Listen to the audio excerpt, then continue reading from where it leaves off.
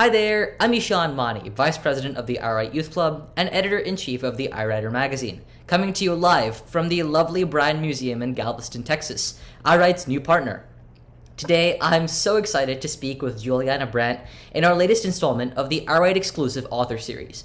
An author and kindergarten teacher, Miss Brandt has a passion for storytelling that guides her in both of her jobs.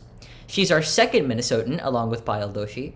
And Miss Brandt's debut novel, The World of Cape Fen, was published by Sourcebooks Kids on April 7th, 2020. Her sophomore novel, A Wilder Magic, was published in May 2021. It's a little newborn book. She's currently working on Monsters in the Mist, charted to publish in spring of 2022. Do check out all of her books wherever you get your literary fix. You can follow Miss Brandt at Juliana L. Brandt on Instagram, Twitter, and Facebook. Thank you so much for taking the time to speak with me today, Miss Brandt. I'm super excited for this. Thank you. This is wonderful. I've been looking forward to this all week, so thank you. Yay, same here. So let's open with, how did you get into writing and why did you choose to write Kidlit? Yes. So I always loved storytelling and I loved books growing up, but I didn't think that I would be a writer. I don't think it ever occurred to me that that's a job you could actually have.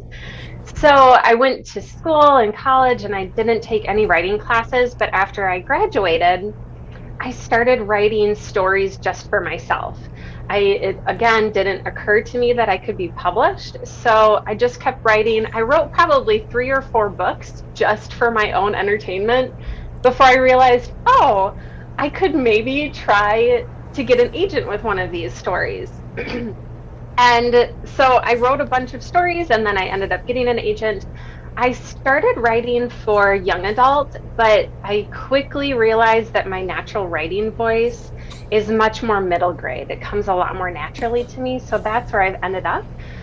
And I love writing for kids and writing middle grade. It's a very sweet spot in fiction. So I did not think that I would be a writer when I was younger, but it's definitely something that I always loved, being able to storytell and make up stories growing up, but I don't think it ever occurred to me that it could be an actual job. Well, I'm sure it ties in quite well with your job as a kindergarten teacher, right? It does. It does. With kids, especially 5 and 6-year-olds, you're constantly having to storytell and to understand how they're thinking and what they're thinking and figure out how to, just understanding how they're thinking and how to teach kids. You have to storytell so much in your teaching. So it ties really beautifully into my teaching job. Absolutely. And so, what or who would you say are your literary influences? Any travel, any people you've read as a kid? Yeah. Yes, travel for sure. So I'm in Minnesota right now. That's where I ended up, but I have lived across the country. I spent the past decade, I lived in Mississippi and Tennessee and North Carolina for a while. So moving and living other places was hugely influential to my writing. But for literary influences for my actual writing as an author's, Diana Wynne Jones. I know she's an older author, but she is my favorite author in the whole world. And then there are a ton of authors now that I know, and that's the great thing about being an author is that you get to meet other authors. I know like Payal Doshi, who you mentioned earlier, meeting people like her helps transform your own writing and say, oh, you're doing something really cool with your storytelling. I want to figure out how to do that too. So that's been something pretty cool about becoming an author and meeting other authors, is that you get really inspired by the work that they're doing. So. That's great. Yeah, and I mean, it's great that you touched on the importance of networking, I guess, as an author as Yeah. well. Yeah. Yeah. And so, what other authors are you maybe friends with, and what do you maybe take from their writing? Yeah. Oh my gosh. So, like with Pyle, her writing is so adventurous. Mine does not. Mine tends to be a little more introspective. So that's something that I would maybe take from her. There's Lorelei Saverin. She's one of my very good writing friends. She wrote The Circus of Stolen Dreams that came out last year. She writes beautifully heartfelt stories and wonderfully creepy antagonists. So that's something really to take inspiration from. But yeah, the neat thing is that when you become an author, or even like the access that you have online to people, you can find authors that you love and just think, oh my gosh, I could become friends with them and figure out how to take really the inspiration that they have. So those are two people at least that I know pretty well and take inspiration from. That's great. Absolutely. And I think it's really important, as I mean, anything in a creative profession, is to find, a source of inspiration and maybe keep, Yes. I mean, I guess you never really know exactly how to write. Like there's not like a set way to do that. So it's, No. No, and the funny thing is you see a lot of authors online when they finish a book and then they have to start writing a new one, they'll say, "Wait, how do you do this again?" So it feels like every book that you write, you have to refigure out the process and what will that particular story require from you. And so sometimes you can get so stuck at the beginning and reaching out just to say, I don't know what I'm doing. And then on Twitter or wherever the writing community is that you have, they'll all come on and be like, no, you know what you're doing. You're okay. And that is enormously helpful for the community.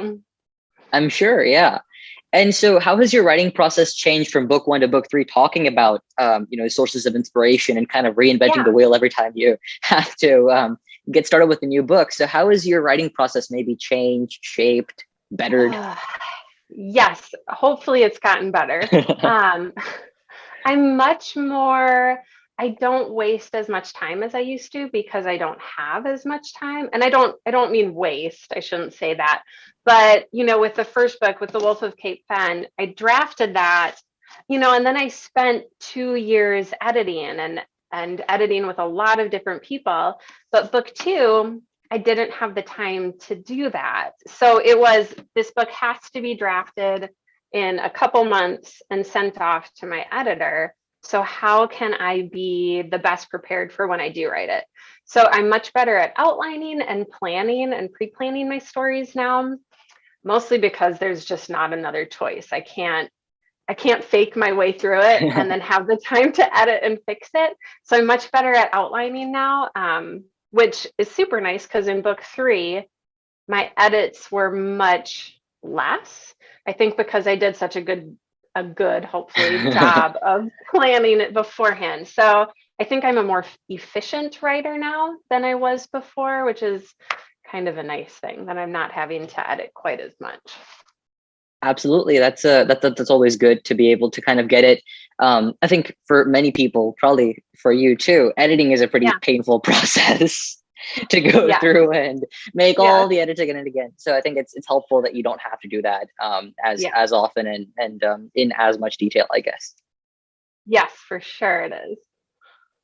So your books generally deal with like magical themes and some level of fantasy as well.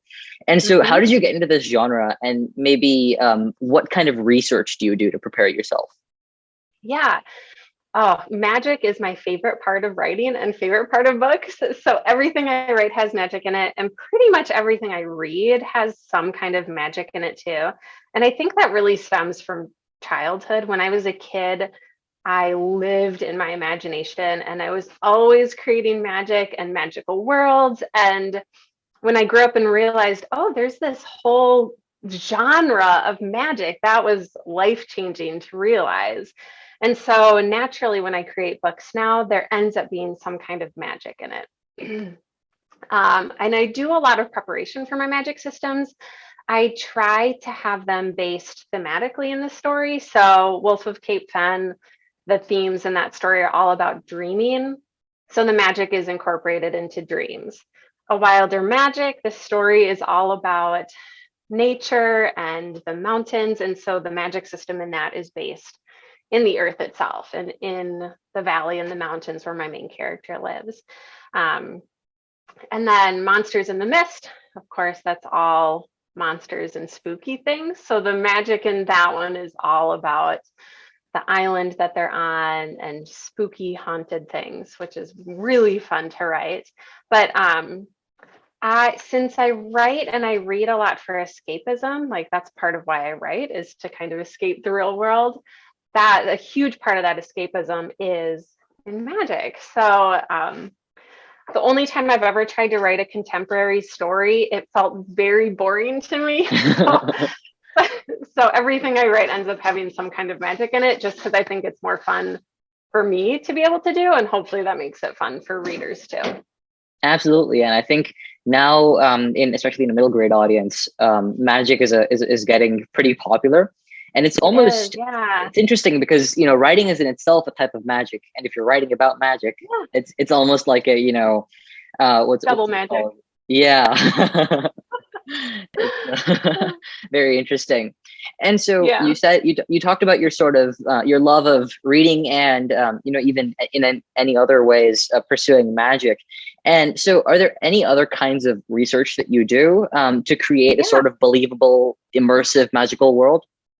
Yes. So I actually have a high school science teacher who is one of my critique partners too. But in his day job, he's a high school science teacher. And whenever I start building a magic system, I email him and we go back and forth because even though magic is something that's completely made up, obviously it's not real, I try to base my magic systems in something that's real. So for a Wilder magic, in that story, the girl, she can manipulate elements of the earth. And so what happens is that her valley is flooded by a dam that's created. And she decides she doesn't want to move from her home. So she stays under the water and she creates a bubble Oh, underneath wow. the water and she lives under the lake, which turns out to be a terrible idea. Anyway, so when I started creating that magic system, because I knew that I wanted her to be able to live under the lake. So I emailed my science teacher friend and said, how can I create this so that it actually follows some scientific principles and isn't just completely made up? Um, and so he said, oh, yeah, actually, there are some scientific principles of pressure. If you have pressure going outward in something and pressure coming in, and it Oh, equalizes, wow. and it would create, if there's a right amount of force going out and force coming in, it would create a bubble under there. And so we went back and forth a whole bunch, just trying to root the magic in something that's real. And then, two, for me to be able to say, well, what would all the consequences of her being under the lake? What would happen Hmm. once the sunlight disappears? What are all of those things that would happen in consequence to that magic being used? So I really try to base my magic in something that's real, even if it's totally made up, which for me helps make it feel more real too. And hopefully, sometimes I think because I live in my head too much, I don't make very strong leaps in logic. So that's one of my ways to kind of root myself in some form of logic so that when readers go through the story, they're not saying, wow, that doesn't make any sense for your story. So anyway, that's why science teachers are important, so they can help you build magic systems. That's so interesting that you actually have it's two teachers working on a book, I guess, because it's a kindergarten teacher Yeah. and a science teacher. That's very, Yes. very interesting. The education Yes. system is Well, helping us a lot. it is helping us. Well, and it's great because science teachers, well, teachers in general, hopefully are good at explaining things. And I'm not a naturally very gifted science person, but when he explains things, it's like he explains it so well that it's perfect for me to be able to use and incorporate into my stories. Absolutely. And so, how many hours a day do you write, and like how long does it take you to actually write a book? It depends. So if it's during the school year, I really only try to write maybe an hour every night, just because then my days would get way Yeah. too long. If I would let myself write more than that, in the summers that I get to pretend that I'm a full-time author in the summers, which is really wonderful. So usually I will do, 5, 6 hours during the day. It is like an actual full-time job for me in the summertime, which is really nice because then I can, Yeah. write in the morning when I would normally be at school teaching. I do tend to write pretty quickly. So, and I think that's partly because I've gotten more efficient with my writing. So I can usually draft a book in about a month and then revise over the next 2 or 3 months and then be able to send it off to my editor, which is that's kind of the rhythm I've fallen into for my past stories. So, which is really nice that it's the summer and I get to kind of have Yeah. a better output with my writing than the school year.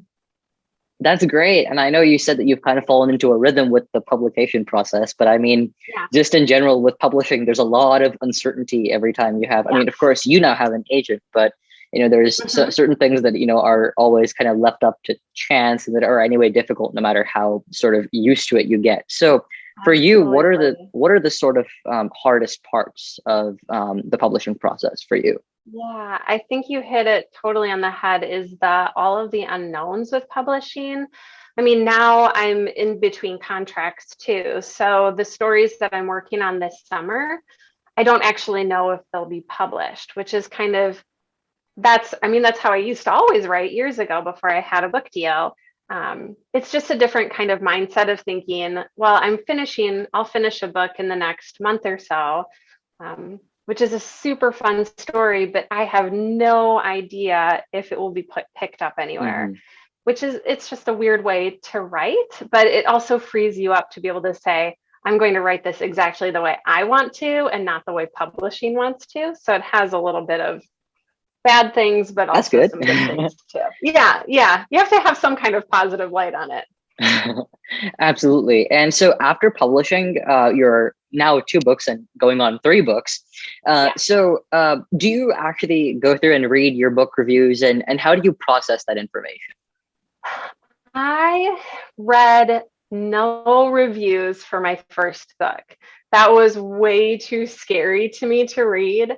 Um, it was too intimidating. I'm always very impressed by people who can read their own reviews. For Wilder Magic, I've read more reviews for that one. I'm not sure what the difference is. I think it was just my debut. I couldn't handle Yeah, reading that's anything. I true. was too scared of that. Yeah. Um, but a Wilder Magic has been really nice to be able to read reviews like on Goodreads. That's been very sweet to read and say, oh, this person got exactly what I was trying to do with the story. And that feels very heartwarming. I will say for anybody who's watching or if you write, the best thing that I did for reviews actually with my first book, I had one of my very closest writing friends. She would occasionally go on and read reviews. And if there was a really good one, she would send it to me.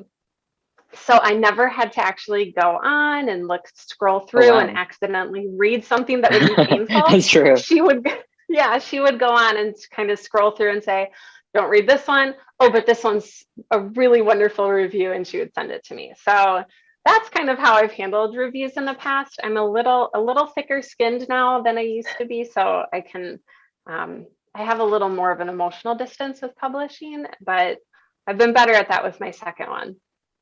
That's good to know, because the reason I ask is that every time I interview someone, they always make a point by saying that there's 2 things that are hard, which is reading your critiques and also querying. Whenever you're a debut author, querying for a publishing house is very difficult. That is what they've said. It's quite painful. But I Yeah, just wanted to get your it take is. on that, because it seems like people have a different thing. Some people say read every single review you get. Some people say only read the positive ones. And I mean, Only. even I would admire anyone who could stomach reading every single review they got. No, that can be very painful, you know, like it's sometimes, well, and I think the painful part is reading and saying, oh, wow, that was not at all like somebody read something that I did not, Hmm. to me, isn't actually Yeah, there. And that's so true. yeah, that's hard. Yeah. So if you had to do something differently as a child or teenager to become a better writer as an adult, what would you do? Oh gosh, I think the most important thing that I ever did, or, I don't know that I would do anything different if I would take more classes or take my writing more seriously as a kid. But I think the very best thing I ever did to be able to help me now as a writer was to completely let my imagination do whatever it wanted to. I remember just constantly making up stories in my head. And I wish I could have given myself even more permission to do that or to write those down, because I never wrote any of those stories down. They just lived in my head, and I would have whole sweeping worlds and stories, and that I could have Yeah. written that down somehow. But I think like reading stories and letting your imagination go, even if that's in like video games of, having the imagination just do whatever it wants to. That was for sure the most powerful thing, because that's what storytelling and writing books is just giving your imagination the permission to say, like, create whatever kind of world and Yeah. character you want to right now. Have fun and go for it. So I think that's definitely the best thing.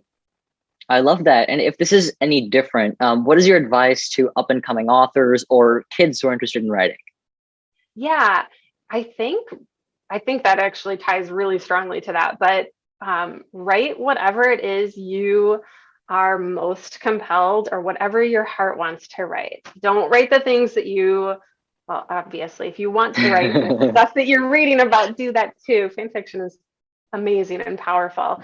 But if you find yourself writing something, there have been a lot of times when I've written and made stories and I've thought, wow, this is really weird. Will anybody like this? But that usually is the most powerful things that I've written, are the moments that I thought, oh, this is kind of weird. So whatever you want to write, whatever you're drawn to, like, write that thing, because I promise somebody will connect with it really strongly. I love that. And I think that the emotional connection to writing is very important as well, because otherwise people, if you can't resonate, you won't want to pick something up and like read it, Yeah, I guess, which is, I think, a very absolutely. big part of writing. Yes, I would agree with that. All right, that's all that I had. Thank you so much for chatting with me today, Yeah, Miss Brand. thank It's been an you. amazing experience. Anything else you Yeah. wanted to add? Any message to the viewers? No, well, if I have writers who are watching, like, please keep writing, keep working, even if it's hard, even if there are moments that it feels really difficult, especially if you're trying to pursue publishing, because a lot of times, because I have had those moments where I have had writing block and haven't been able to write for long periods of time, but it is always worth it in the end, just because you're putting your heart on the page. And anyway, so if you're a writer, keep writing. I believe in you. Yay, yes, that's an amazing message. Once again, you can order Miss Brandt's novels, The Wolf of Cape Fen and A Wilder Magic, and very soon her upcoming novel. Wherever you get your literary fix, you can go check it out, Amazon, and of course, any other bookstores. I'm Eshaan Mani, Yeah. Vice President of the iWRITE Youth Club and Editor-in-Chief of the iWriter magazine, and thank you so much for watching. This has been another exclusive author interview. Bye! Bye.